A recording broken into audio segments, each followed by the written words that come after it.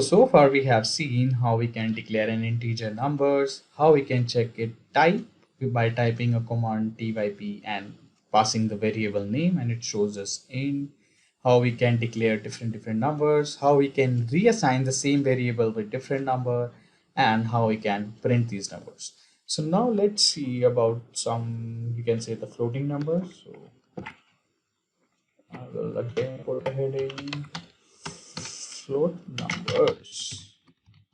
Okay, and I'll change the type to markdown or heading, whatever. So I will do one more star for making it a bit smaller. Okay, so now coming to the float number. So let's do the same thing. I will assign num equals to 4 point, now with the decimal number 6. Okay, so now if you check num, it's showing you 4.6. So now if you check the type of that variable, you can see the float. So that is your decimal point, like decimal numbers.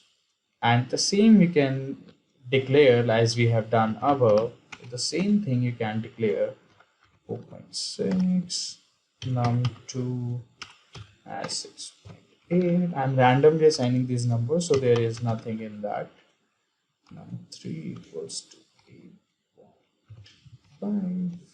Okay, so I have assigned these numbers. So if I just copy and paste this command, because my variable names are same, so I'm saying print these numbers and I'm calling it a message. These are my numbers. These are my numbers because I have given. These are my personal. I can add anything in my codes. It will show me these are my personal numbers, and I'm passing the variable which I have created. And if I press shift enters, so you can see on the screen these are my personal numbers. So that covers your float as well as integers.